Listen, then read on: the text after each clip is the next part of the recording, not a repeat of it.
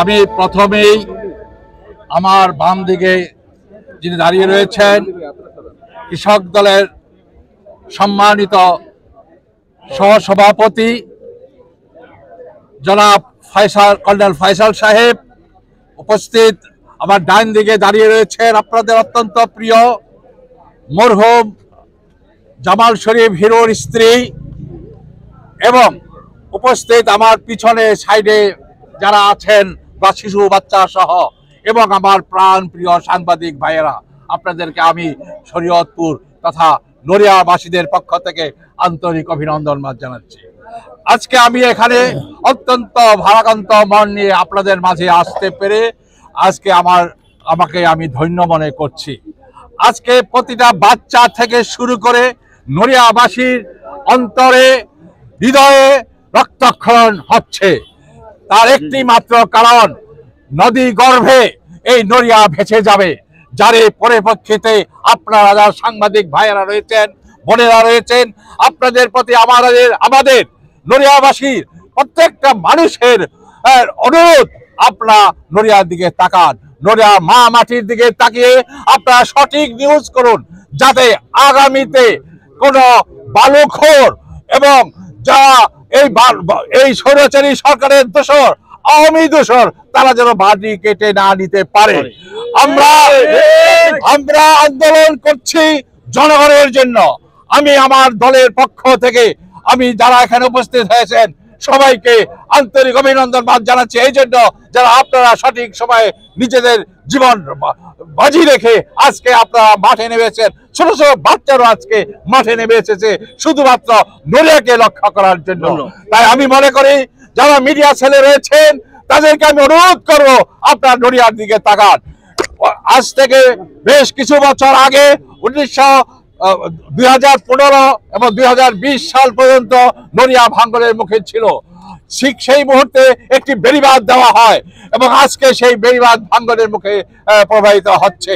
আজকে যদি এখানে বালু কাটা হয় তাহলে এই বেড়িবাঁধ ভেঙে যাবে এবং অচিরেই খুব অল্প সময়ে অতীতে যে 5 থেকে 10,000 লোক যে ঘর ছাড়া হয়েছিল, জমি হারা হয়েছিল, তাদের মতো এখানে আজকে আমাদের এখানে নড়িয়াতে মানুষ দেশ ছাড়া হবে, নড়িয়াবাসী ছাড়া হবে।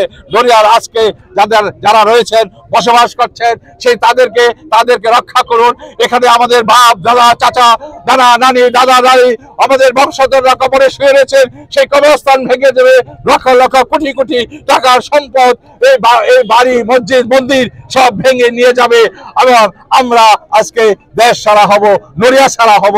আমরা নড়িয়াবাসীদের পক্ষ থেকে আমি দেশের এবং আমার দলের এবং সর্বস্তরের সবাইকে অনুরোধ করব, আপনারা আগে আসুন। এবং এই যে নদী কাটার হচ্ছে, আমি শুনেছি চাঁদপুর এবং কাঁচিকাটার থেকে এই গ্রুপগুলোর সাথে 30টা কাটার ড্রেজার প্রতিটা মুহূর্তে 24 ঘন্টা ব্যবহার হচ্ছে। এবং সেই ব্যাপারে আমি কয়েকবারই অতীতেও আলাপ করেছিলাম ডিসি সাহেবের সাথে, আমি অতীতেও আলাপ করেছিলাম টিওনের সাথে, এবং তারা আমাদেরকে আশ্বাস দিয়েছিলেন যে নদী পক্ষে কোনো কাটার থাকবে না এবং নদীতে কোনো ভাঙ্গনের সম্মুখীন হবে না। কিন্তু আজ কেন হচ্ছে আমার জানার ব্যাপার রয়েছে। আজকে কি হবে? 10 দিন যাবৎ আজকে বালু তোলা হচ্ছে, কোটি কোটি টাকা ব্যবসা করছে। আজকে নড়িয়াকে কি হবে? আজকে বিপদের সম্মুখীন করা হচ্ছে। আমার টিএনও সাহেব এবং আমার ডিসি সাহেবের কাছে প্রশ্ন, আপনারা থাকতে আজকে কি হবে? আপনারা এখানে তাদেরকে বালু কাটার সুযোগ দিয়েছেন। আপনারা শুনেছেন একটি ভুয়া টেন্ডারের মাধ্যমে বালু সরানোর নামে একটি টেন্ডার হয়েছিল। সেই টেন্ডারটার মাধ্যমে এখন নদী কাটাকে লিগ্যাল করে নিয়েছে। নদী কাটবে এবং বালু উঠাবে, বালু প্রয়োজন হলে 1 বছর পরে উঠাবো, নদীর থেকে বালু সরিয়ে ফেলবো। নদীর থেকে বালু সরিয়ে ফেলে আজকে নড়িয়া ভেসে যান। তাদের কোনো দুঃখ নাই, তাদের হলো টাকা, তাদের দেশ নাই, তারা দেশি না। তারা কোন দেশি? আমার প্রশ্ন আছে। স্বৈরাচারী সরকারের সাথে, স্বৈরাচারী সেই হাসিনা সরকারের দোষরদের সাথে তারা একাত্মতা ঘোষণা করে আজকে বালু উত্তোলন করছে। প্রশাসনের প্রতি আমার আকুল আবেদন, আপনারা তদন্ত করে দেখেন। এখানে যদি আমাদের বিএনপির কেউ জড়িত থাকে তার উপযুক্ত ব্যবস্থা করা হবে।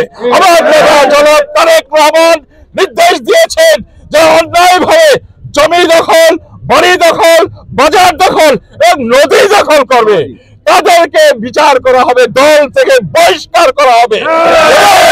এই সকল লোকের আমি নাম বলতে চাই না, আপনারা নাম বলবেন না বক্তব্যের ভিতরে, কিন্তু আপনারা তাদেরকে শনাক্ত করবেন কারা এই অন্যায় করছে, এই সাধারণ মানুষের ভাগ্যকে নিয়ে ছিনিমিনি খেলছে, তাদেরকে আমাদের চিহ্নিত করতে হবে এবং এই নলিয়ার বাড়িতে তাদের কবর রচনা করতে হবে। আমি আপনাদের মাঝে আছি, থাকবো,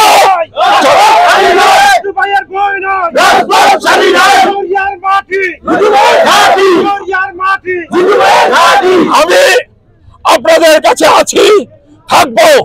এই আন্দোলনে প্রয়োজন হলে ধারাবাহিক ভাবে আন্দোলন চলবে। 24 ঘন্টার ভিতরে আমরা এই বালিকাটার মেজর সরাতে হবে, অন্যথায় আমরা ডিসি অফিস আবারও আমরা রাস্তাঘাট ঘেরাও করবো। প্রয়োজন হলে আমরা এখানে হরতাল দিব।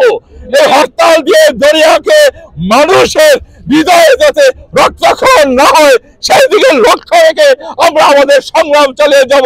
আমরা গণতন্ত্রকে বিশ্বাস করি, আমরা আইনকে শ্রদ্ধা করি, আইনের প্রতি শ্রদ্ধা রেখে আমরা আমাদের কার্যক্রম চালিয়ে যাব। আমরা আইনকে হাতে নিব না। আপনারা যারা আছেন তারা আগামীতে প্রস্তুত থাকেন। এই দোষদেরকে আমরা নদীর পক্ষ থেকে আমরা সরিয়ে দিব, সারা জীবনের জন্য যত রুখতে না পারে সেই ব্যবস্থা করব।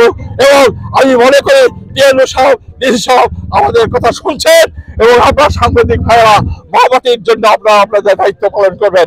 আপনাদের সবাইকে আমার আন্তরিক অভিনন্দন এবং আপনারা আমাদের সাথে থাকবেন এই আশা রেখে আমি আমার বক্তব্য শেষ করছি। আল্লাহ হাফেজ।